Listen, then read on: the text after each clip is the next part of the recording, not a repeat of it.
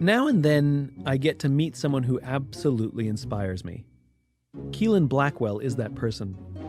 He grew up in an affluent neighborhood in Wisconsin, set on the path to go to college and get a good career, but he decided to leave it all, to follow his own path, one driven by faith and conviction, one driven by a desire to serve.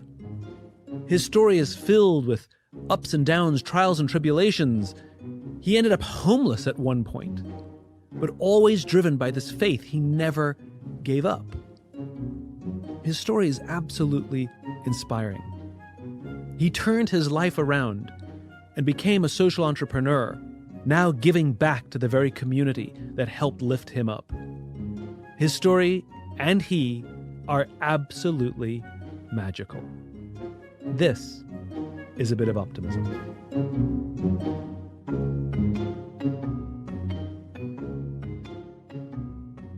Quilen, so good to see you. Thanks for joining me. The reason I wanted to talk to you is I'm kind of in awe of some of the life decisions you've made, to be honest. You made decisions to give back to your community, to live a life of service, which I admire and love, but you have done so with this intense conviction to go and live in the world that you work in, which is not the world that you grew up in. That's correct. Yep.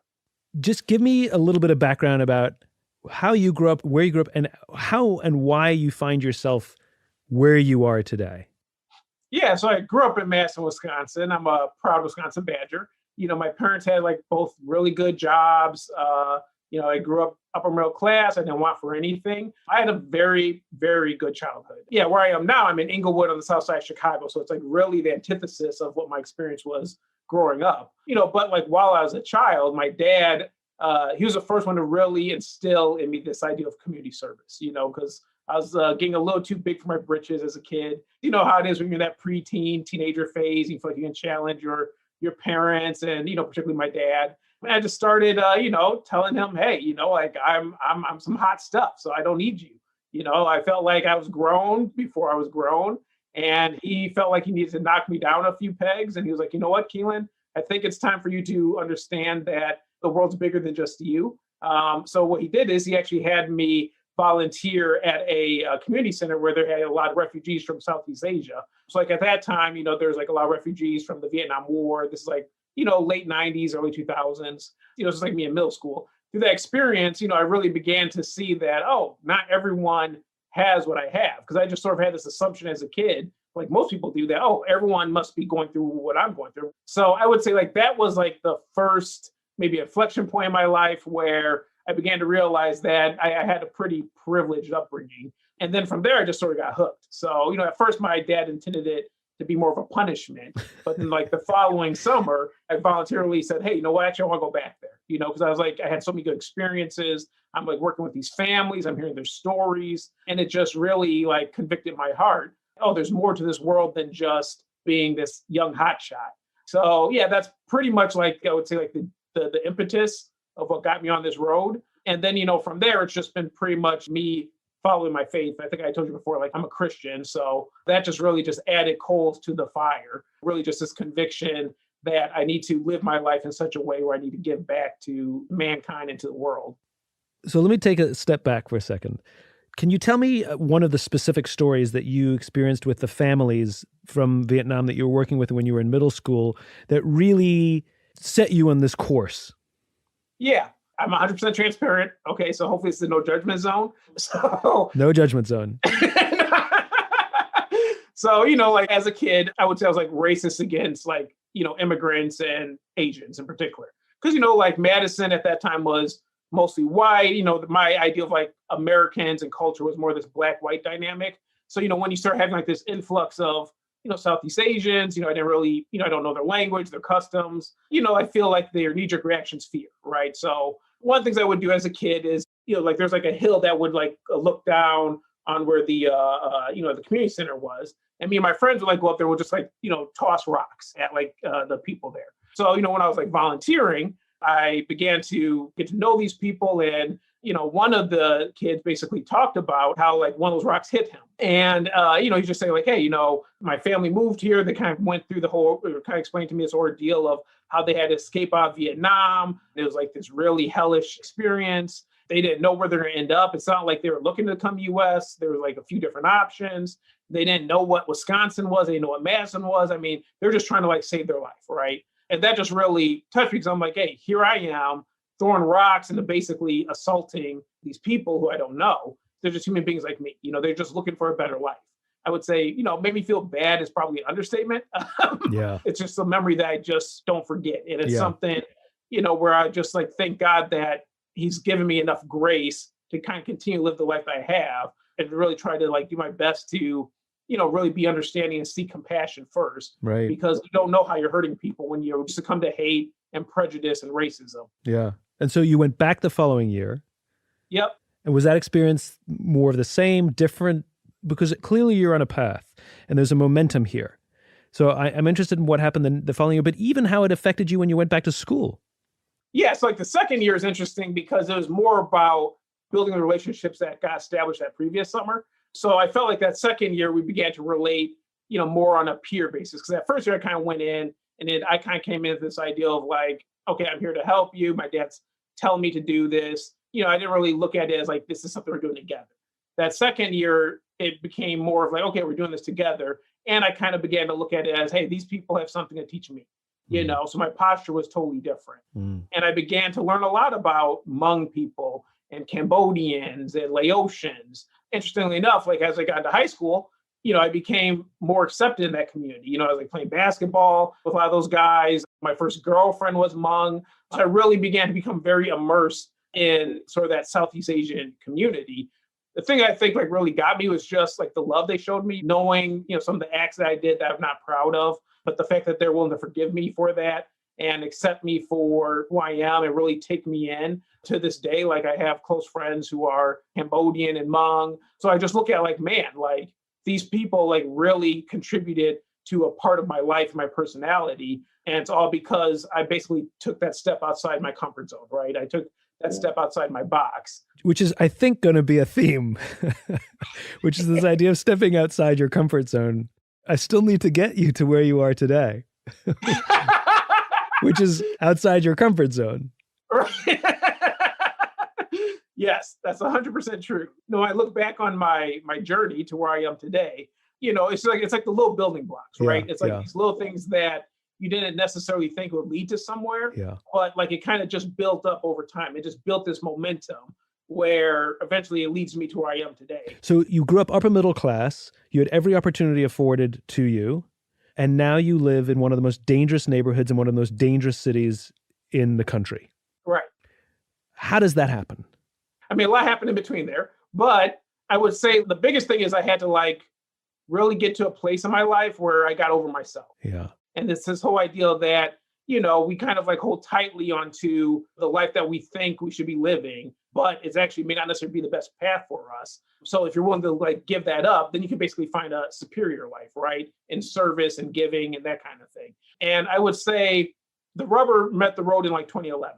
I just got out of the Peace Corps. I was like living with my parents, trying to get reacclimated to living in the United States again after I was like in Thailand for 2 years. And, I just really kind of had a quarter life crisis, to be honest with you. And I was just thinking like, hey, what am I going to do with my life, right?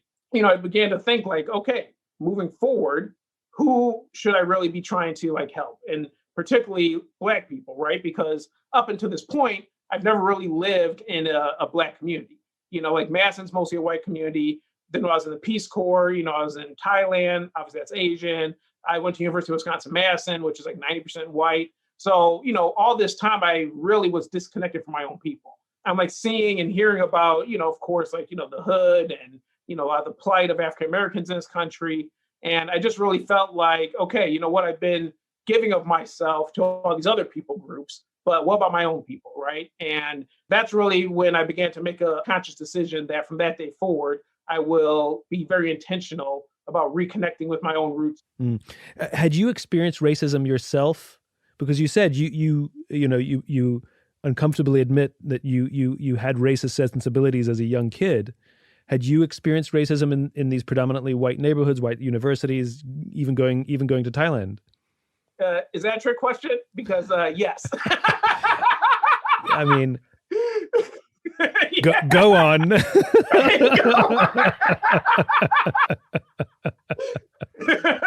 Because there's an irony to it, right? Right. I mean, yeah. So I have experienced, my fair share of racism, particularly in school. Yeah. And you're right. There's an irony to it that's not lost on me. Yeah. Which I think has softened my heart in a way. Mm. When I say soften my heart, I mean like this idea that, racism doesn't define you from my perspective, right? I look at it as more of, I don't know if you want to say a disease or whatever else you want to call it, but it's just something that someone can succumb to because of ignorance, because of maybe you're not happy with your lot in life. I mean, there's a million reasons why you could succumb to it. And it's not exclusive to just white people, right? Like I said, I participate in myself. It's very easy these days to like really have like a chip on your shoulder and focus on the ways you've been hurt, right? Focus on the ways you've been slighted. But we never really think about the ways we slight other people, the ways we hurt other people, right? We always want grace and we always want to pass on that. And I've been like, you know what? God's using me today, despite the fact that I did some things in my life that I'm very ashamed of and I'm not proud of. So, who am I to basically say, hey, because you're white and you did X, Y, and Z to me, I'm gonna hold that against you forever. And I know that's not a very easy thing for a lot of people to hear, but it's like that's a strong conviction for me that, like we do need to live our lives in a way where we have grace and forgiveness and understand that, like, hey, you know what, like we don't know people's full story. Like I guarantee you, before you got on this call with me, you didn't know that I threw rocks at Asian kids. You know what I mean? Like you would never guess that. And I could have totally got by with this interview without admitting that, right? But, it's just important to me for people to understand, like, hey, I'm flawed just like anybody else. But, there's a grace that God has for, my life and other people so that you can still be used. Because I feel like there's a hope piece to it that gets lost when you begin to like really judge people for their worst moments. What I find so interesting about your story is this recurring theme of narrative, where we have a narrative of what our lives are supposed to be. I'm supposed to go to college. I'm supposed to get this kind of job. I'm supposed to live in this neighborhood. And you talked about letting go of that story. Right. And letting go of that narrative of what I quote unquote should be doing. Right? Based on parental pressure, societal pressure, or made up pressure. Right. And I think we've all had that. We've all found ourselves on a path that we didn't want to be on, but this is the path I'm supposed to be on. And your ability to let go of that narrative, which opened a whole new set of opportunities and experiences for you. Right. And this idea of narrative that somebody who did an act is, I'm going to judge their character based on the act that they performed, rather than saying maybe they succumbed to something because, again, there's a narrative. There's self-loathing or displeasure with my lot in life, or maybe I learned the wrong lessons as a kid. Like, who knows? There's a long list that would cause someone to act in these, what we consider horrible ways. Right. And the ability for you not only to let go of your own narrative, that opened up a whole new path for you, a path of conviction, rather than, sort of predestiny, I guess, predestined to live an unhappy life. Right. This idea that, and then also your ability to recognize that you don't understand somebody else's narrative. Right. To work, and it's not easy to be free of judgment. Right. It's much easier to judge. Yeah, I definitely think like that definitely created like a great crisis of identity. And like really that crisis, I think, started in Thailand. This is my first time overseas. I've never been overseas, knowing my family really has been overseas. And my whole context has been identifying as an African-American within the United States. So when I went to Thailand, there's totally different. There's more about your nationality, right? So as an American, I'm like top of the totem pole. This whole idea of like, who am I, right? I got good grades in school. I went to college. I'm supposed to get a good job. I'm supposed to get married, sort of predetermined narrative that, really was foisted upon you if you kind of stop and think about it. Mm-hmm. You don't really question it. So like that really kind of gave me a space when I was in Thailand to begin to think about, well, who am I? And why did I buy into this narrative? Is this really who I am? Is this something I really want to be? And that was a very, very difficult process because, you really have to like break yourself down at that point in order for you to be able to build yourself up in a way where it's really scary. Because the thing about the narrative you're talking about is like there's safety in it. Mm-hmm. Oh, I know who I'm supposed to be. I know the direction I'm supposed to go because everyone else is doing it, right? It's a herd mentality thing. But when you basically decide to buck that trend, and now it's like, hey, I have to basically break down who I am inside to build myself up. Where am I going to live? What's my job going to look like, right? So that was the most scary part.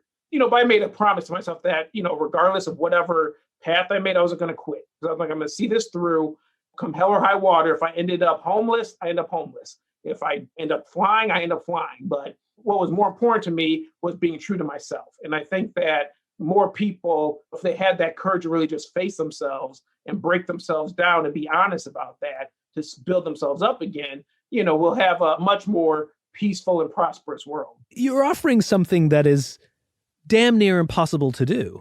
I mean, let's break this down. You're proposing to, instead of following the predetermined path of quote unquote certainty, even if it leads to your unhappiness, to take a risk to get off that path, to follow your true joy, your true conviction, even if the outcome is homelessness. Right. Yep. Most people will say, I'm going to stay on this unhappy, unfulfilled path. Right. I'll take this certainty versus that risk. Right. So where did the courage come from? I mean, this is basically what you're talking about is an entrepreneurial venture, but with your life. Yes, that's exactly what I'm talking because about. when somebody goes on an entrepreneurial venture, they could become a multimillionaire or they can end up bankrupt or something somewhere in between. And so you're taking an entrepreneurial risk, but with your life, which is even scarier than an entrepreneurial risk with your career. Right. And, and in full disclosure, I was homeless. I was hungry. I mean, I remember when I first came to Chicago, I basically sold everything that I had. I moved here and it was like, hey, look, this is my conviction. I feel like this is what God is asking me to do. And I had nothing.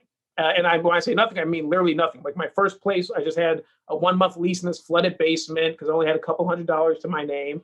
And then after that, I was basically just living on the generosity of other people. And that was both like humbling and scary. I was like, God, why'd you bring me here to fail? And yeah, like it was emotionally distraught because like all I knew was comfort, right? Yeah. So to basically, it's one thing to be poor and to go through that because circumstances like forced you to. It's another thing for you to voluntarily go through that, right? And then stick with it. But once again, I made that commitment that I'm not going to quit. Yeah. So even though the temptation to basically call my parents at that time and say, hey, I'm struggling, please bail me out, because I had that get out of jail card that most people didn't have, right? I could have easily at any moment go back to that life. But I was like, you know what? I'm going to commit myself to this path. I mean, when I look back on it, I really just think I was curious. I just want to know, like, hey, if I stick this thing out, what's going to happen, right? And I remember like thinking to myself, okay, like in those moments, and there are many moments I wanted to give up, trust me.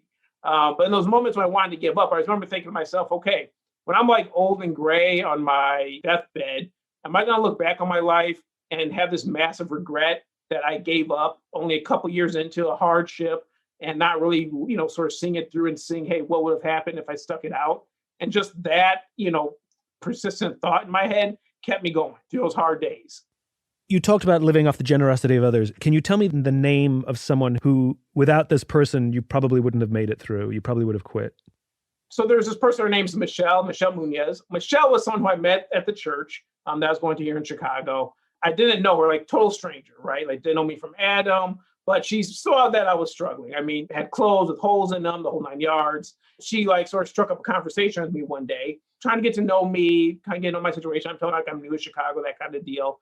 And when I told her that, like, hey, yeah, like I only got a few more days in my place, and then after that, I got nowhere to go. She was like, well, hey, you know what? Let me call my sister because I think she may have a room. Maybe you could crash there for a few weeks until you get yourself on your feet. And she did that. Like, her sister Elena let me stay at her place for a few weeks. And that was a godsend because it did give me like a little stability in this chaotic situation. And then when I was able to upgrade to renting a room more than just on a month-to-month basis, I still was like having a hard time with food and clothes and that kind of deal. So Michelle like offered to like, buy me groceries. She like take me to like different Puerto Rican restaurants. But she really was like one of those angels in those early days that kind of came out of nowhere. But she just had uncommon generosity for whatever reason. I mean, even to this day, I don't know what moved her to help me out, but yeah. I mean, I'm definitely thankful for it. I think this is so important, which is it's one thing to take the risk. What has to be stressed here is you didn't do this alone. Right. though you were lonely at times, you didn't do this alone. And your courage wasn't solely internal conviction, but rather the love of others and the uncommon generosity of others in some way, shape, or form fueled your conviction. Is that fair? Yes, that's a very astute observation. Because like the thing is, when you have people who show that kind of generosity to you, it's very affirming, right? I literally just got done crying to God and crying in my bed. You know, here I am, I meet Michelle a day or two after that. It was just enough of a spark to keep me going, to make me feel like I didn't make the wrong decision, to make me feel like, hey, you know what, like I can live to fight another day. And frankly, like what you're saying, like I'm not in this by myself, that there's other people who are looking at my struggles, who see me and who are willing to help. And like, yeah, this definitely, at least, you know, my life is definitely not a solo sport. You know what I mean? There's been many Michelles along the way. I mean, she just stands out because she kind of came at a time that was very critical, you know, to me in the early days. Because when you start out, it's always the most hardest, right? I want to underscore what you just said. You said something very profound, which is life is not a solo sport.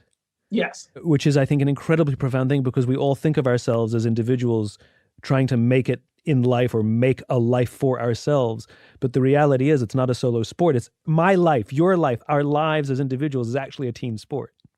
Right. Yes, exactly. And you know, the thing about that is you never know who's on your team. And you never right? know like, who's I didn't on know your team. Michelle was on my team. Yeah. And then there are people who I thought were on my team who weren't on my team. Yeah. You know? So yeah, and that's where like it's just been like really cool. We kind of talk about this idea of humanity and people supporting you. And then of course you want to pay it forward. You know, like that's what really helps me to continue to live the life that I'm living, because I remember those strangers who helped me along the way. So I'm like, who am I not to help a stranger because they helped me out?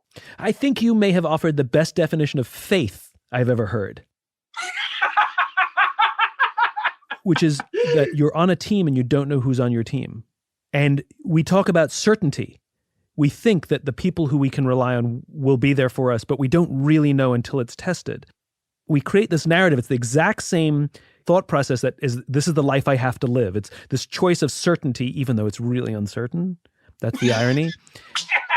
What you traded is one kind of uncertainty for another kind of uncertainty. They're both exactly the same, except one has a narrative which is a fiction, and the other one was literally an unknown. Yes. So you traded a fiction for an unknown. The life you chose is actually the same. And faith is accepting that I am on a team and I don't know who my teammates are. And the faith that the team will be there to support me, even though I don't know who they are or when they're going to show up, which is kind of amazing. I'm going to steal that, even though I said it, but you know, now that you've kind of packaged it, that's totally not what I was thinking, but you're 100% correct on that. Yes, like faith is literally being on team, but not knowing who's on your team. That's 100% true. Yeah. So I have to ask, there's all this buildup. How did you get to do what you're doing now? You now grow flowers in the inner city. Yes. No one expected to hear that. Yes, I am the flower man. That is 100% true.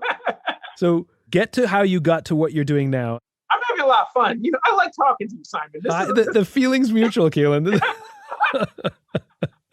But yeah, so once I really started to get established here and really get comfortable with sort of the unknown, and I like the way you sort of couch that yes, I basically traded in a perceived fictional certainty for this unknown. And once I got more comfortable with that, then I began to realize, oh, there's a lot of power with this, right? Like it started to feel like a game.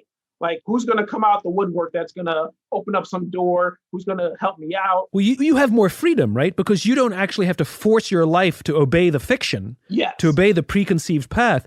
Everybody has the same freedom, right? But you actually created a mechanism that allowed you to take a step off the fiction and actually appreciate all the opportunities and relationships and generosities that actually were in front of you, ironically, that are actually in front of everyone. And that's true, you know, and the thing is, like, what I'm doing, anybody can do. Yeah. It's literally just like the way you perceive your life. And that's where the power really came from, is I felt liberated. Like for the first time in my life, I'm like, oh, I'm free. I mean, you look on the surface and I didn't look free because, you know, I looked broke and I was broke, but mentally and psychologically and emotionally and spiritually, I felt like there was nothing that hindered me. So then when that happens, taking risk becomes a lot easier, right? So when you talk about how you go from, you know, sort of being this like, you know, bummy guy who just kind of barely making it, to all of a sudden having this prosperous flower business is essentially because my mindset changed that, hey, I'm just going to continue to explore. I'm going to continue to get more curious. And then one day I find myself starting Eco House. This is like 2014, because I find myself like tutoring here at a school in Inglewood here on the South Side. I get more connected with people in the community. And one of the things that people are saying as I'm like getting to know them is, hey, you know what, Quilen, if you really want to help, jobs, and not just like any kind of jobs, but jobs that are here in our community, that are accessible. I think that's a thing that a lot of people don't recognize, which is poor people don't need money. Poor people need jobs. Yes. I think a lot of people underestimate that jobs is more about just making a check, right? Like there's a dignity to creating something that adds value to other people. Yeah. Like people want to give, you know what I mean? And if you work your job and you work it well, like you're giving, you're enhancing, your communities. So what is Eco House? So Eco House is an organization that has a mission of using sustainability to alleviate inner city poverty. And we do that by taking over vacant lots and converting them into these off-grid, 100% sustainable flower farms that create jobs for at-risk young people. So we work with like a lot of gangbangers, a lot of kids who are coming out the system, a lot of kids who basically are living on the margins, who are in extreme poverty, but the whole idea is to essentially induce bottom-up economic growth in the hood. So instead of taking these kids and, sort of training them to be, say computer programmers and trying to export them to work in the West Loop or downtown, the whole idea is to really try to build industry at home, right in the cultural context that these kids are growing up in. And that really just plays into this idea of affirming the dignity of not just the kids who we hire, the kids who come to our program, but also the community, right? Because, our farms are very visible. They're in residential neighborhoods. For those of you who aren't familiar with Chicago, Chicago has tens of thousands of vacant lots. Most of them are concentrated in Black communities on the south and west sides of the city. So, it's not uncommon for you to be driving on a residential block and there's like, 6, 7 vacant lots on that block with like a few abandoned buildings, right? And, no one really wants to live like that. So we come in and we take over like these vacant lots, like, and, there's these beautiful flowers in the summer. It just helps bring like a sense of community pride and beauty back to the community. And then you sell the flowers to whoever wants them.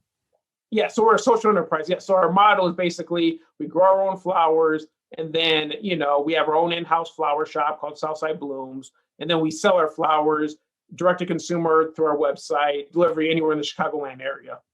It's fantastic. And so the kids who go through your program, now I understand when you talk about Eco House, it's a double entendre. It's not the eco of the being ecological and self-sustaining and off the grid. It's not the ecological of a flower and the life of a plant.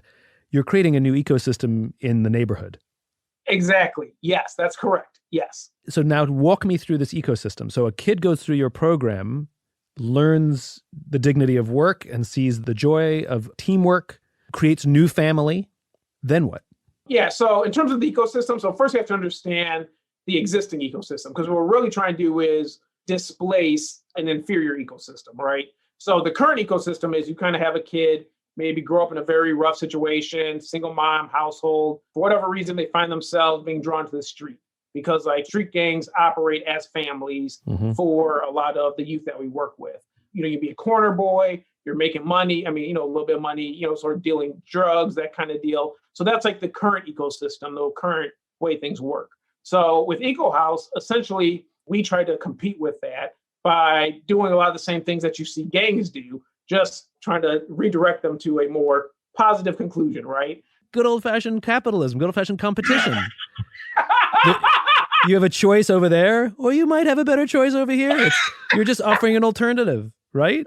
That's very accurate. It is like an inverted sense of capitalism. You know what I mean? It's community capitalism. Well, yeah, I mean, it's true. Like our biggest competition at Eco House are the gangs. That's who we're competing against. It's not other flower shops. It's not other nonprofits. It's the street gangs, right? So we basically like looked at like, okay, well, what's appealing in that ecosystem, in that sort of subworld, right? That subculture. And how can we basically recreate that on our farms? Eco House also started out of, my house. So it's very community oriented. So if you were to come to Eco House, like you'll see like kids, they're around my personal kids.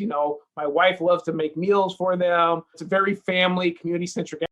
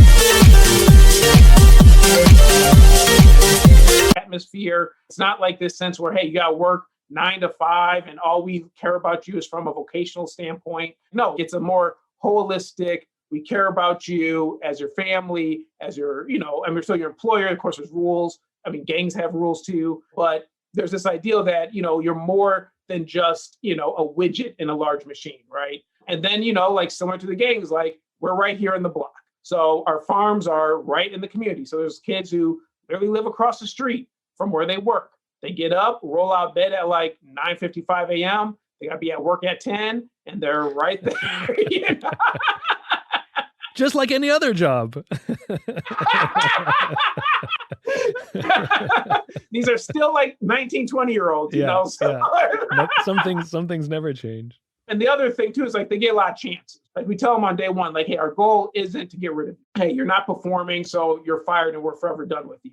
So a lot of our kids, like even if you're underperforming, reduced hours, you're not being scheduled as often, maybe get demoted to our K through 12 youth program for a while, or we try to find some other resources to help you out. Because as you can imagine, like a lot of these kids are coming from some very, traumatic situations. So there's a lot of trauma that we have to work through with a lot of these young adults. But the whole idea is like they understand that, hey, this is a place that I can come to for help, to make money, to be a part of my community, to kind of open up and talk about my problems. It operates similar to gangs because that's the kind of stuff that happens in the gang. What is your success rate, not financially, not as a business, but what is the success you have that the people who go through your program stay with it, that they don't go back to the competition, they don't go back to the gang? At this point, I would say we're probably around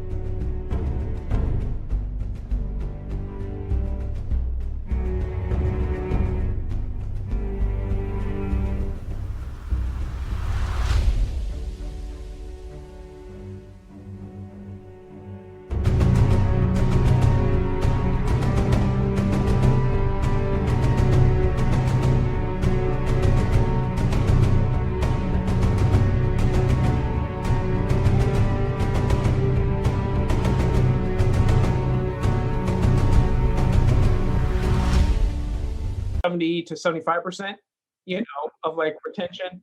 And it's improved over the years. So essentially what we found is like the more we can develop and refine the business aspect of our organization, the better of a draw it is for the kids we're working with. Yeah. Which is part of the reason why we are putting so much time and energy and resources into selling our flowers, right? Because ultimately, like that's the hook. It's the same thing for the gangs, right?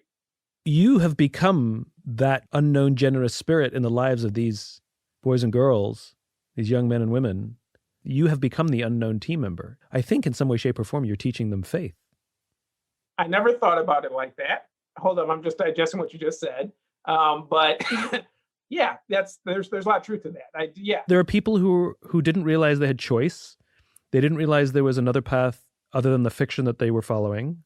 And through an uncommon act of generosity from an ostensible stranger, they find themselves with more choice and more opportunity than they realized they had, which is exactly your story. Yes. I mean, the reason I'm kind of pausing is because it's kind of like hitting home a little bit of like, oh, wow, like in a weird sort of way, me going through all those trials and going through like my own story to get to this point was so that I could do what I'm doing today. I never really thought about that. It's almost like, you had to kind of go through this rough road and experience, say, all this uncommon generosity for you to then become generous yourself in a weird way. And so I don't know, it's just kind of coming full circle. I just never really like connected it like that before. And it's emotional. Yeah, I hope that's the impact I'm having on these kids. The way people who kind of come into my life at strategic points and really help me out, willing to give me a chance when I didn't deserve a chance. Yeah, I hope that's how they feel. And maybe that is how they feel. They keep coming back. Yeah. It's very humbling to think about that. Have you sort of seen, in your sort of development, both personal, professional, where there's been a team of strangers that have helped you out along your path? 100%, of course. I struggle to take credit for my own career because I think that's madness. Clearly, I played a part, but only a small part. The people many of whom I didn't know, who heard me or read my stuff and shared it with someone, gave it to someone, invited me back. I was not a part of any of those conversations. Without a doubt, people who gave me opportunity out of the blue, people who gave me constructive advice when I didn't want to hear it and no one else was giving it to me. There were tons of strangers, some of whom I've become friends with. By the way, those friendships are really deep, loving friendships because the thing that connected us was an act of generosity when we were strangers. Right. So let me sum up what I think I've learned today. And first of all, I have to say this. You are magical and you have a contagious laugh. You are just magic. And you have taught me so much today.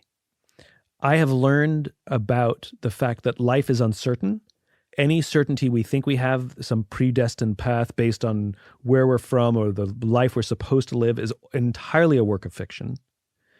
And to choose a path of conviction, to choose a path of passion, has as much uncertainty as the fiction that we thought we were on. It was a false sense of certainty. And so why not choose the path of passion and conviction? I've learned from you that life is not a solo sport, and the team is a large group of people, many of whom we don't even know who our team is, who's on our team. And I find that actually very relaxing, actually very calming, to be honest. This belief that my team is there, even if I can't see them, it actually makes me feel a lot safer that I'm not doing this alone. And the more we put ourselves out there, the team will show up. But if we hide, the team doesn't know where we are. Right. You went to church as opposed to staying in the basement. Yes. You showed up. You gave the team the opportunity to serve you. And the other thing I learned is how funny life is, how much of an ecosystem our lives are. You know, you have all these definitions of ecosystem. And what you're doing now is basically your origin story. You know, you were a seed, now you've grown, and now you're replanting the exact seeds that you grew from. And by the way, that should be for all of us. Yes. Yes, 100%. And if we all keep planting the seeds that we came from, before you know it, we're living in a beautiful garden filled with color and bees and birds, and life is bright and colorful and beautiful if we all just remember to keep planting our seeds. And not eating our seed and getting depressed, you know what I'm saying? And on that note,